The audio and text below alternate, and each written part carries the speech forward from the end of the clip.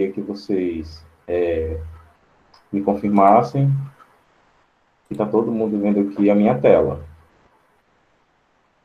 Eu tô. Tá vendo Eu tô agora? vendo. Pronto, agora. Vocês estão vendo essa tela de gêneros, leitura e análise? Sim. Sim. Pronto, Sim. pronto. É o seguinte, a gente vai trabalhar isso aqui, ó. Sobre a ideia. Tô vendo não, professor. Não está vendo aqui hiperonímia e hiponímia? Não. Não, eu Não? também não. Não estão vendo? Eu também não. Também Eu não. também tô vendo, não.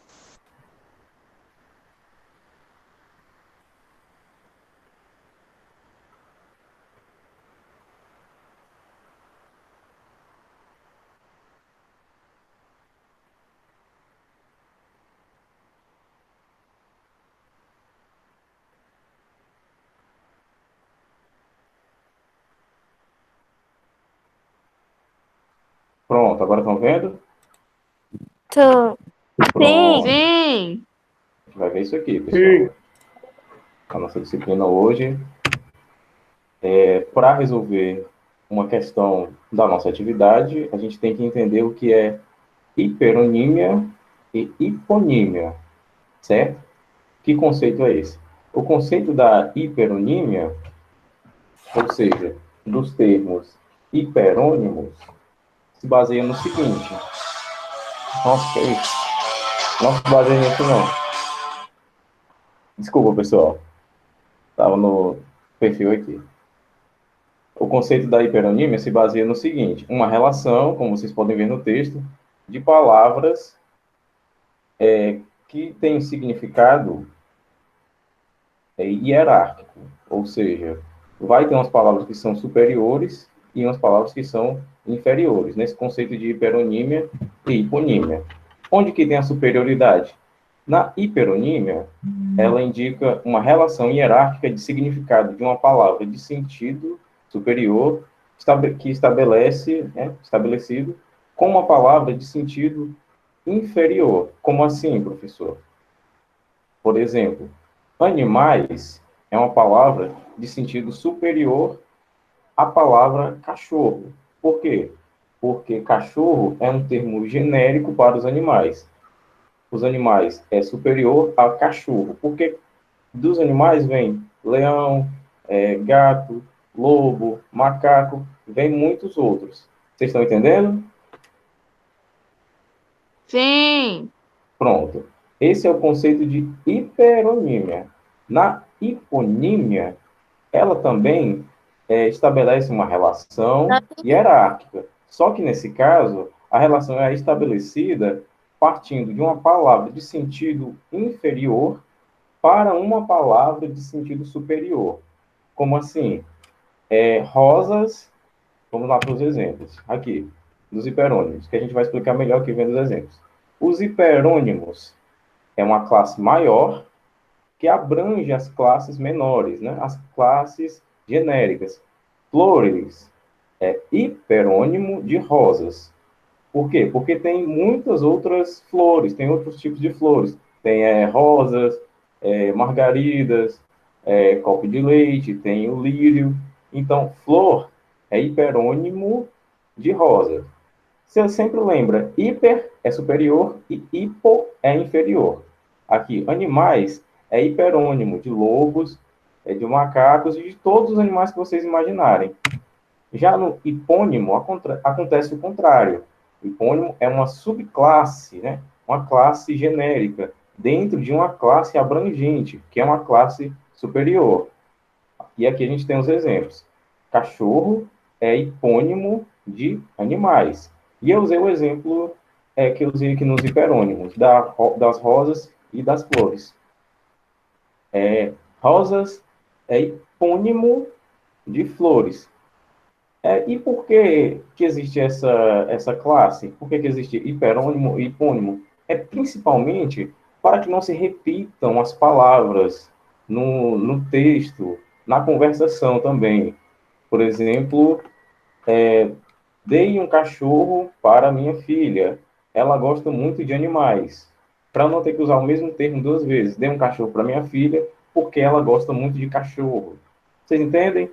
É para variar, para demonstrar um certo repertório vocabular. Vocês entenderam o conceito de hiperônimo e de hipônimo? Sim. Pronto, então vamos lá. Agora a gente vai abrir na página 42. Mas, antes de mais nada, alguém está com dúvida sobre hiperônimo e hipônimo? A Isabelle disse que tá. Isabelle. Então, vamos lá. É o seguinte: o hiperônimo, o que é um hiperônimo? É um termo superior e a gente entende que desse termo vão partir outros termos genéricos. Por exemplo, paracetamol. Não, no caso vai ser do contrário. Remédio, aqui, em cima, aqui. Remédio é hiperônimo, ou seja, hiper, de superior, aqui. Remédio é hiperônimo de paracetamol. Por quê? Porque tem outros remédios. Tem dipirona, tem, deixa eu ver, amoxicilina, tem azitromicina, entendeu? Ele é hiper, porque dele tem muitas outras classes. Tem classes genéricas, certo? Outro exemplo aqui que eu usei dos animais, né? Para ficar nesse exemplo aqui também. Animais tem cães, tem pássaros, tem mamíferos, tem muitas classes, certo? E também, por exemplo, mamífero também pode ser um hiperônimo. Um hiperônimo por quê? Porque tem muitos animais mamíferos. Tem os seres humanos, né? Tem os gatos, que são mamíferos, os cães são mamíferos, certo? Um hiperônimo pode ser hipônimo, mas dele pode vir outras palavras que podem fazer dele um hiperônimo também. O que acontece no caso dos hipônimos é o contrário. É uma palavra inferior que vai estabelecer uma relação com a palavra de classe superior. Por exemplo, esse exemplo que eu usei das flores, né, das rosas. Rosas é hipônimo, ele está aqui embaixo. Por quê? Ele vai para flores, que é uma classe superior. Por que é superior? Porque das flores vem vários outros tipos, várias outras espécies de flores, certo? Ficou um pouquinho mais claro agora? Professor, Pois não. então hiperônimo é algo superior. Isso. E o hipônimo é tipo uma classe mais baixa? Exatamente, é nesses termos mesmo, para ficar bem claro. E Hiper, tem várias classificações. isso, ó, hiper e hipo, aqui embaixo. Hiper é superior, ou seja, cosméticos, né? Dos cosméticos vem batom, sabonete, cosméticos é hiperônimo desses outros termos, porque todos eles pertencem a essa classe.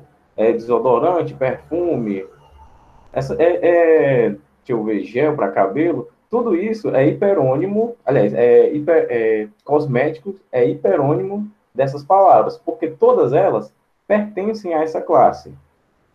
E quando a relação é contrária, quando a gente vai se referir às classes genéricas, às classes inferiores, nós dizemos que ela é aqui, ó, hipo de inferior, hipônimo de cosmético. Por exemplo, desodorante é hipônimo de cosmético, porque cosmético é a classe abrangente, ela pega todos os produtos, no caso, né? Ficou mais entendido agora? Deixa eu ver aqui o chat. Isso. O hiperônimo é o superior e o hipônimo é o inferior. Entenderam?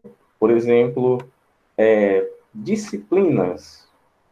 Quando a gente fala disciplinas, falando de escola mesmo. Disciplinas. Português é hipônimo de disciplina. Por quê? Porque tem várias outras disciplinas, né? E disciplina é hiperônimo, aliás. Disciplina é hiperônimo de português. Disciplina é hiperônimo de geografia. disciplina é hiperônimo de história. Por quê? Por que ela é hiperônimo? Professor, Por que esse termo é hiperônimo? Porque ele é um termo que dele derivam vários outros dentro dessa classe de disciplinas. Pois não. Professor, eu vou ter que sair aqui da aula por dois motivos. Primeiro, meu celular está descarregando. E segundo, ele está muito quente. Se eu botar ele para carregar e ficar assistindo a aula com ele carregando, ele vai explodir, porque está muito quente. Depois eu assisto no YouTube essa aula, Tudo bem, eu certo? entendo. Certo? Tá certo. Bom, pessoal, agora todo mundo entendeu o conceito de hiperônimo, de hipônimo? Ficou claro para todo mundo? Ótimo. Agora vamos lá. Página 42, como eu havia dito, a gente vai entrar num outro gênero aqui, que é o relato de experiência. A gente vai dar uma lidinha. Então, a gente... Pode sim, Guilherme. Pode ligar seu microfone. Sazela. Em fevereiro de 2009, participei de uma reunião pedagógica na Escola Municipal Dom Zeremundo Totti, situada dentro da favela de Paraisópolis. E, durante a mesma, ocorreu um manifesto dentro da comunidade que foi notícia em toda São Paulo, obrigando a intervenção da polícia por muito tempo nas entradas da favela. Ao ver as reportagens e conversar com os alunos, sentiu a necessidade de desenvolver esse tema tão polêmico, principalmente com a relação ao termo favela, palavra que não era bem aceita pelos alunos, que só usavam o termo comunidade e não aceitavam a sua realidade e vivência histórica. Pronto, Resolvi desenvolver. deixa a Marcele continuar, por favor. Ela também quer ler. Marcele Ferreira de Araújo. Resolvi desenvolver ação pedagógica com os meus alunos da manhã de Fundamental 2, principalmente com o nono ano, devido à grande mudança social e psicológica ocorrida nessa fase. Assistimos a uma apresentação no Conservatório de Música de Paraisópolis com o maestro José Carlos Martins, o que nos emocionou muito devido ao seu grande esforço, mesmo com a doença que atrofia suas mãos, em apresentar várias músicas, inclusive tocando e chorando por causa da dor do movimento excessivo, provou que somos capazes de mudar nossa vida e não ficarmos apenas lamentando nossa realidade difícil e triste. Continua? Por favor. Aí o Guilherme continua a próxima coluna. Isso tudo provocou em mim reflexões pedagógicas, a partir de observações de que atualmente no ensino fundamental 2 não conseguimos provocar uma reflexão realmente significativa sobre as relações entre o homem e a sua realidade, nem fazer com que o aluno consiga realmente entender uma ideia e saber se expressar em arte, buscando uma maior realização pessoal. Vamos lá, Guilherme. Próxima coluna é com você.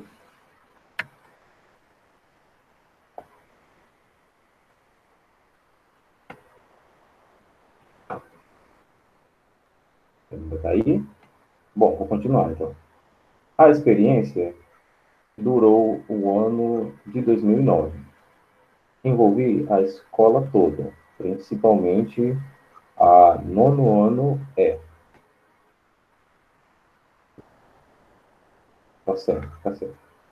A proposta visou ajudar o educando a perceber, aliás, melhor o que está ao seu redor, utilizando-se da linguagem visual como meio de comunicação e expressão, valorizando o meio em que vive, observando melhor o seu cotidiano e sensibilizando esse entendimento através de novas experiências e vivências.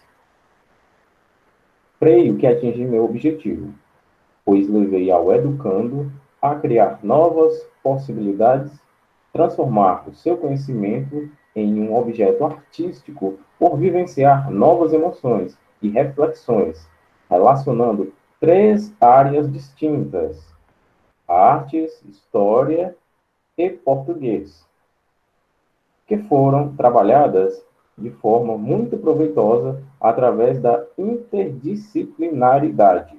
O meu trabalho pedagógico foi intenso e estimulante. Busquei trazer aos educandos atividades diversificadas e interessantes o ano todo. Cresci muito profissionalmente e, enfim, terminei um ano escolar com o sentimento de ter realmente colaborado com a formação pessoal e social desses jovens maravilhosos que passaram na minha vida. Avaliei a criatividade, a participação ativa em todas as atividades propostas, interesse, estética e conteúdo nas atividades apresentadas, cartazes e objetos. Além disso, avaliei a capacidade dos alunos de dar forma visual às ideias, à inovação e à reflexão, através dos cadernos, cartazes, objetos e participação efetiva em todo o processo. A gente nota que tem os recortes, né, indicados pelas reticências. Então, o relato aqui não está completo, mas com ele, claro, é possível a gente responder a nossa atividade. Só dar uma lidinha aqui no chat.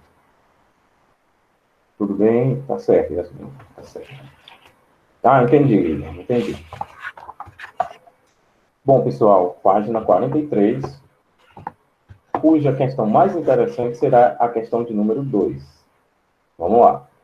Qual foi o ponto de partida que levou a autora a desenvolver a ação pedagógica por ela relatada? Isso daqui é bem recorte do texto, né? Não precisa de muita interpretação. Você pode até recortar do que está lá no texto. Segunda questão. Identifique no texto palavras que foram resumidas pela autora usando o hiperônimo área. Lembre-se, hiperônimo, hipônimo. Qual o impacto do projeto empreendido pela autora em sua própria vida profissional? Que fato provou aos alunos que, em vez de ficar lamentando as situações adversas, podemos superá-las? Na sua opinião, por que a palavra comunidade era preferível pelos alunos em relação à palavra favela?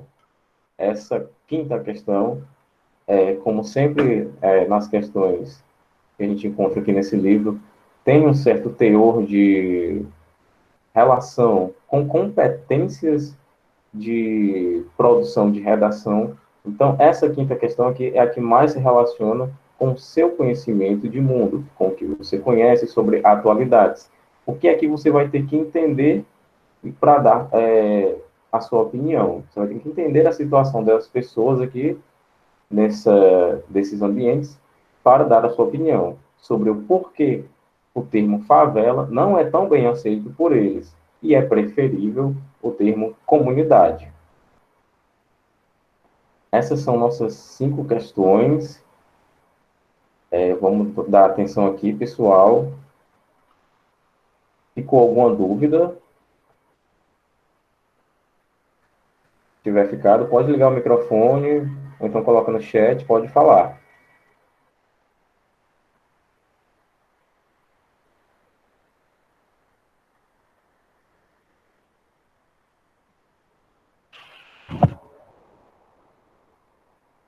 Professor, Pois não, Yasmin? que página tá? Porque eu tava... Espera, não estou te escutando. Fale. A página.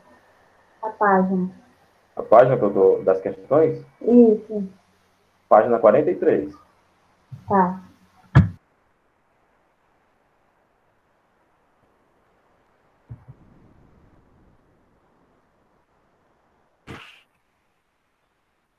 Então, pessoal, nenhuma dúvida? Então, vamos responder rapidinho, que é para a gente fazer mais atividade, né? A gente tem outro relato até razoável, com algumas questões um pouquinho mais delicadas.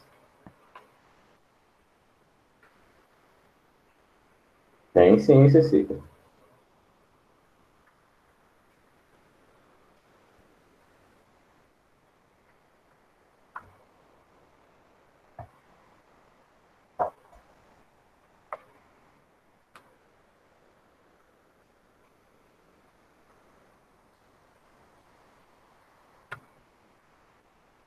Letícia, você não escutou? Você quer que eu repita a explicação das questões?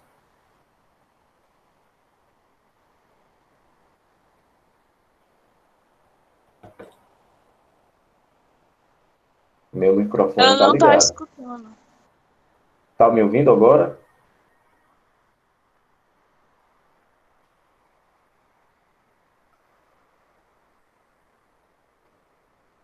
Eu tô ouvindo, né? Mas ela tá dizendo que não. Eu também tô ouvindo. Letícia, confirma para mim que você está escutando.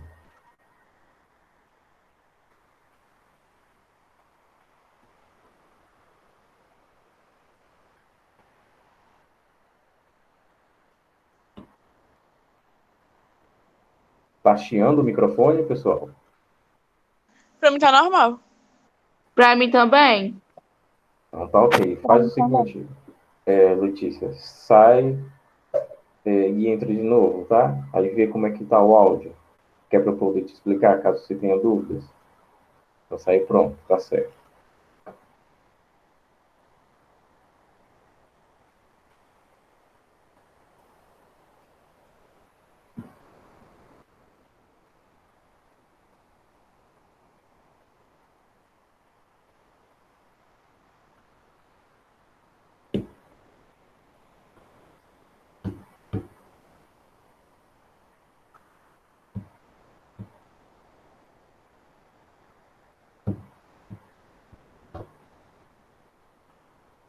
Já fizeram a primeira, pessoal?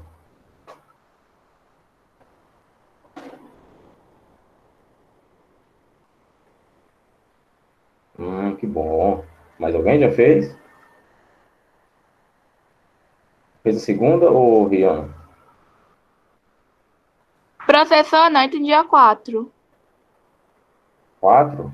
Pronto, vamos lá. Que fato provou aos alunos que, em vez de ficar lamentando as situações adversas, podemos superá-las? Teve um pequeno detalhe, né, que acontece aqui no texto, que mostra, como é que eu posso lhe falar?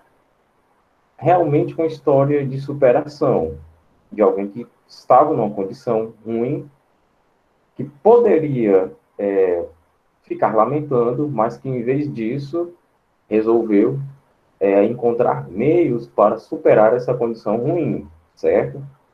Esse fato é o que mostrou para os alunos que, em vez de ficar lamentando, lamuriando a nossa condição, podemos superá-la, certo? Você vai dizer isso. Que fato foi esse? Está lá no texto.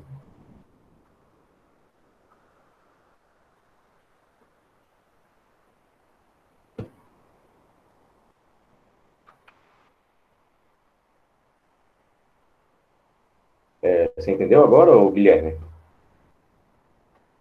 Sim! Ok.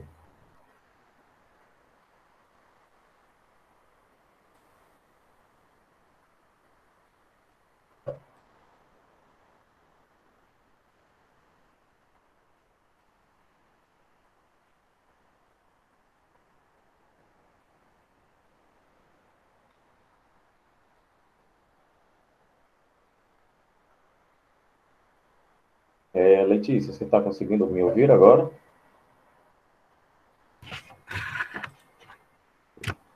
Isso.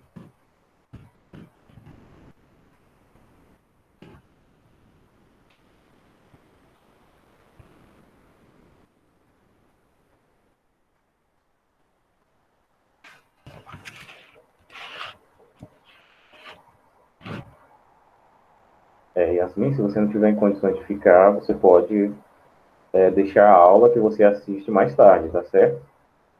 Assiste quando for postada no grupo, no, no canal, aliás.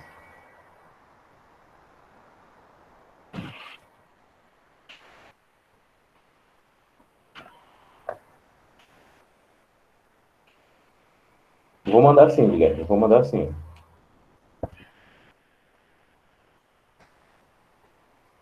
Vamos lá, pessoal, já fizeram pelo menos umas 3 questões, né?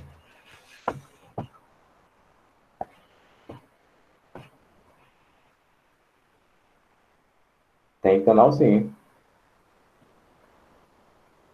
Todas as aulas da gente são gravadas e colocadas lá, tá certo? Fez todas menos a 12. Vamos lá. Então, tem algumas pessoas que já terminaram, vamos corrigir. Primeira questão. Atenção, pessoal. Deixem um chat para conversa sobre a aula. Primeira questão. Qual foi o ponto de partida que levou a autora a desenvolver a ação pedagógica por ela relatada? Posso falar a minha resposta? Pode sim, pode sim. Eu botei quando ela foi na favela e viu uma manifestação contra a polícia poder pisar na favela. Quem mais quer falar a resposta? Tá certo, Letícia, tá certo. Tá bem. Cadê o Rian? Coloque a sua resposta aqui, meu querido. Aliás, ligue seu microfone e fale.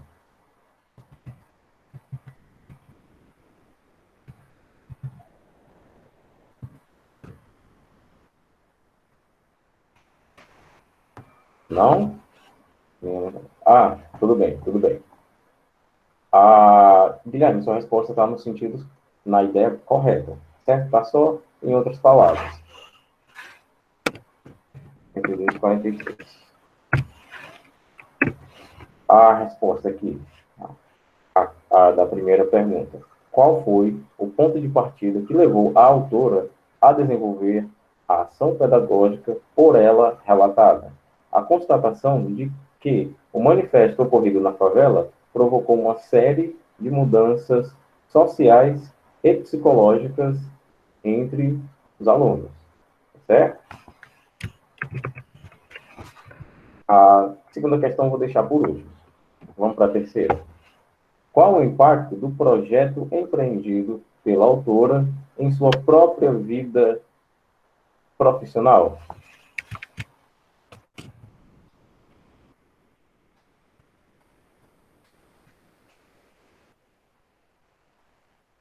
Tá certo sim, Guilherme. Você fez a 3? Quer falar?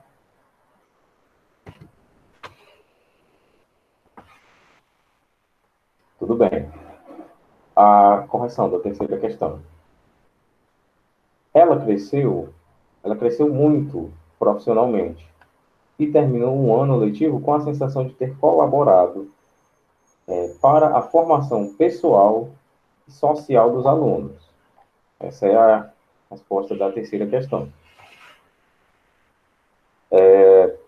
Marcelo Ferreira, não se preocupa não que eu vou colocar essas respostas aqui no chat. Aliás, no Google Classroom, tá certo? E a da atividade passada também, que a gente já corrigiu. Mas se você perder alguma fala minha, não se preocupa que vai estar tudo lá no canal do YouTube, tá bem? Quarta questão. Que fato provou aos alunos que, em vez de ficar lamentando as situações adversas, podemos superá-las? Essa é daqui que o Guilherme ficou com uma certa dúvida. Tá correto, Rian, tá correto. Tá certo. O fato, Guilherme, foi a apresentação do maestro João Carlos Martins, que, embora sofra de uma atrofia nas mãos, ele apresentava o seu trabalho, mesmo que o movimento excessivo das mãos lhe provocasse uma dor e muitas vezes o fizesse chorar. Essa condição não era o suficiente para impedir que ele fizesse o seu trabalho, certo? Em vez de ficar se lamentando, ele resolveu superar aquela condição, entendeu? A quinta questão, ela vai ser uma resposta pessoal que vocês vão colocar, já que a questão propriamente diz a Posso sua falar? opinião. Pode sim, pode sim. Marcelo Ferreira pediu primeiro. Depois você fala, Guilherme. Porque a palavra favela cria uma ideia de pobreza, de precariedade. Os alunos não queriam, pois devem achar esse termo preconceituoso. Certo, tá certo. Guilherme. Eu botei assim. porque eles não aceitavam essa palavra e não aceitavam a sua vida pela sua realidade histórica, como está lá no primeiro parágrafo do texto. Mais alguém quer compartilhar a resposta da quinta questão com a gente? Não? Então, vamos lá. Eu vou falar da minha resposta de acordo com o meu entendimento. O termo favela não era tão bem aceito pelas pessoas que moram naquela localidade. Eles preferem o termo comunidade, justamente devido a essa visão preconceituosa sobre o que é uma favela, né? Favela, muitas vezes se entende que é um lugar onde, e claro que essa não é a minha visão, é a visão preconceituosa. É um lugar onde não moram pessoas de bem, onde moram pessoas com pouca instrução, né, com pouca escolaridade, gente que não trabalha em serviços mais prestigiados, que não tem empregos mais prestigiados, gente que está ali na classe baixa, né? E o termo favela, por muito tempo, foi visto com todo esse preconceito. Então, o termo comunidade é melhor aceito porque ele afasta um pouco essa imagem de uma visão preconceituosa, né? Essa imagem que vai causar uma visão preconceituosa. É por isso que o termo comunidade é mais brando, é mais aceito, é mais leve. Falar que se mora na comunidade é mais suave, vamos dizer assim, do que falar que se mora na favela. A favela é carregada de estigmas, de manchas, vamos dizer assim. Professor, e também as pessoas pensam que lá... Exatamente, essa é uma das questões principais, meu filho. É que eu não quis falar porque ela é um pouquinho delicada, falar dessa questão. Mas é uma das principais características. É justamente isso. Agora vamos para a segunda questão, né? Que traz o tema com o qual eu abri a nossa aula, né? O hiperônimo. Segunda questão. Identifique no texto palavras que foram resumidas pela autora usando o hiperônimo área. Vamos voltar aqui no texto, na segunda coluna, no terceiro parágrafo da segunda coluna, lá no meio para o final. Aliás, vamos começar do começo, já que a frase até lá não termina. Terceiro parágrafo da segunda coluna.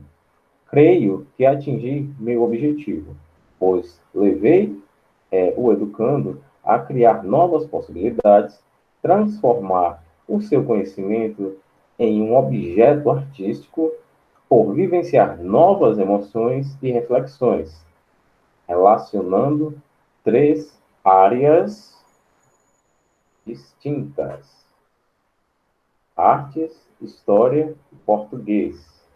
A gente tem o hiperônimo, área, no caso, está no plural porque tem mais de uma, né? Tem áreas.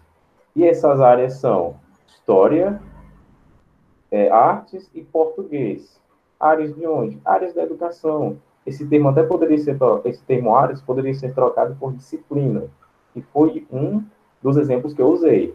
Então, se áreas é hiperônimo, artes, história e português só podem ser os seus hipônimos. Então, a questão pede quais palavras que foram resumidas pela autora usando o hiperônimo área. A resposta é artes, história e português. Vocês entenderam o conceito agora? Com certeza, vou colocar assim. Não é complicado, pessoal. É você entender que um tem uma relação hierárquica de ser superior ao outro, que é o caso do hiperônimo, que é superior a essas palavras, e o hipônimo é inferior a essas palavras. Desse jeitinho, tá certo? Yasmin Narciso. E A1 eu falei, mas eu vou repetir para você. E eu também vou colocar essas respostas no Classroom. Entendeu, né, Rian? Como é facinho? Vamos lá, resposta da 1, Yasmin. Vamos ler a pergunta também. Qual foi o ponto de partida que levou a autora a desenvolver a ação pedagógica por ela relatada. A constatação de que o manifesto ocorrido na favela provocou uma série de mudanças sociais e psicológicas entre os alunos, certo? Bom, atividade corrigida, a gente vai estar com as respostas lá na nossa sala, no Google Classroom. A gente ainda tem tempo para dar uma lidinha na próxima atividade, que, como eu falei, vai trazer isso, Maria Clara, exatamente. A próxima atividade vai trazer um pouquinho do que a gente já estudou, né? Os nossos adjuntos, predicativo, complemento, objeto, coisas bem interessantes, né? Vamos lá. A mulher através da arte. Página 44. Cecília, auxiliadora Bedesque de Camargo, ou Bedesque. Como arte educadora, não poderia deixar de utilizar... Peraí. Tá certo. Peraí. Não poderia deixar de utilizar referenciais artísticos para estimular o desenvolvimento da apreciação de obras de arte e ampliação do repertório dos alunos. O título do projeto A Mulher através da Arte teve como objetivo despertar no aluno a curiosidade em conhecer diferentes visões da mulher, não apenas durante a passagem do tempo na história, como também conhecendo diferentes culturas. Sempre baseada no tripé contextualização, produção e fruição, criei etapas para sensibilizá-los à medida que ia observando suas reações para perceber quais eram as visões sobre a mulher que estavam surgindo. Utilizei as rodas de conversa para levantar hipóteses, vivências e tirar dúvidas. Encaminhei as atividades conforme o interesse dos alunos. Mostrei obras de tempo e culturas diferentes para ampliar a visão de mundo e fazer os alunos perceberem que as diferenças podem e devem existir, sempre pautadas no respeito ao outro. Nossa, eu acho que não vai ter que ler tudo. A gente tem mais 3 minutinhos. Vamos lá.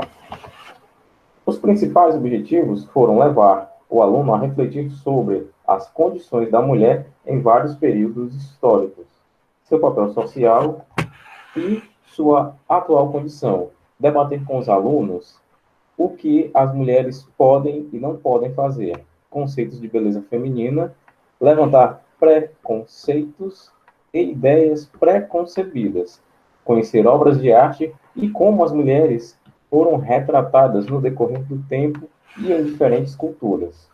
Todos esses objetivos foram atingidos, e o empenho e envolvimento dos alunos me surpreenderam positivamente, com uma evolução significativa, que é a relação que eu sinto com vocês.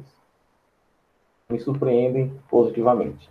Houve um relato histórico sobre a mulher e o Dia Internacional da Mulher, em paralelo com textos apresentados pelas professoras das salas sobre o tema.